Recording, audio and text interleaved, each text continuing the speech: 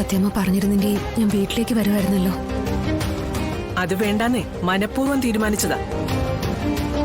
നിനക്ക് എന്റെ വീട്ടിലോ എനിക്ക് നിന്റെ വീട്ടിലോ ഇനി വാതിലുകൾ തുറക്കാനില്ല. രണ്ടുപേരുടെയും സമയം പാഴാക്കണ്ട.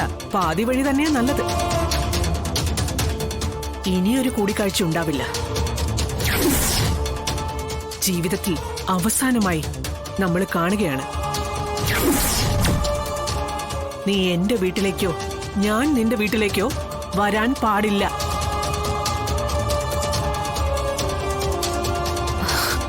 അങ്ങനെ മുറിച്ചു കളയാവുന്നതാണോ സത്യമ്മേ നമുക്കിടയിലുള്ള ബന്ധം? രണ്ടു ഭാഗത്തുനിന്നാകുമ്പോ മാത്രമേ ബന്ധം ബന്ധമാകുന്നുള്ളൂ. വലിയ പ്രശ്നങ്ങളൊന്നുമില്ലാതെ സമാധാനമായി കഴിഞ്ഞിരുന്ന ഒരു കുടുംബമായിരുന്നു എന്റേത്. അവിടേക്ക് ക്ഷണിക്കപ്പെടാതെ ഒരു അതിഥിയായി കടന്നു വന്നത് നീയാ.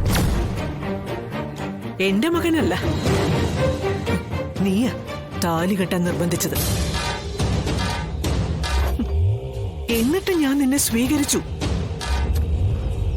പക്ഷേ ഞങ്ങളുടെ കുടുംബത്തിന്റെ അതിർവരമ്പുകൾക്കുള്ളിൽ ഒതുങ്ങി നിൽക്കാൻ തയ്യാറല്ലായിരുന്നു നീ.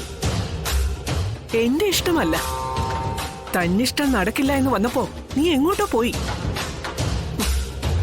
എടി, അക്കാര്യം നീ എന്റെ മകനോട് പോലും പറഞ്ഞില്ല. എന്നിട്ട് നിനക്ക് തോന്നിയപ്പോ മടങ്ങി വന്നപ്പോ എന്റെ മകന്റെ കൂടെ നിനക്ക് ജീവിക്കണം. അതല്ലായിരുന്നു നിന്റെ അപ്പോഴത്തെ ആവശ്യം. നീ കൈപിടിച്ചു കൊണ്ടുവന്ന ആ കുഞ്ഞിനെ നീ പ്രസവിച്ചതാണെന്ന് നീ തന്നെ പറയുന്നു. ആ കുട്ടി ഞങ്ങളുടെ വീട്ടിലെ ഞങ്ങളുടെ രക്തമാണെന്ന് അതും നീ തന്നെയാ പറഞ്ഞത്. അതിന് തെളിവ് ചോദിക്കുമ്പോ നിനക്കൊന്നും പറയാനുമില്ല. പിന്നെയും ഈ ബന്ധം നിലനിർത്തണമെന്ന് പറയുന്നതിൽ എവിടെയാണ് ഈ ന്യായം? സത്യമ്മേ, വിഷ്ണുവേട്ടനല്ലാതെ വേറൊരു പുരുഷൻ എന്റെ ലൈഫിൽ. സംസാരിക്കാൻ കൊള്ളാത്ത വിഷയങ്ങളാ.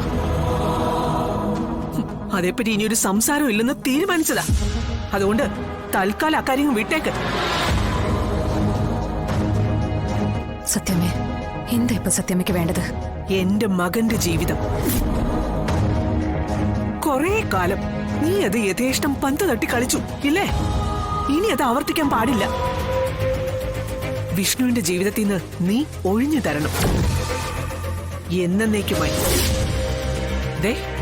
എന്റെ മകന്റെ ജീവിതത്തിലെ പുതിയൊരു അധ്യായമായിരുന്നു കഴിഞ്ഞ ദിവസം.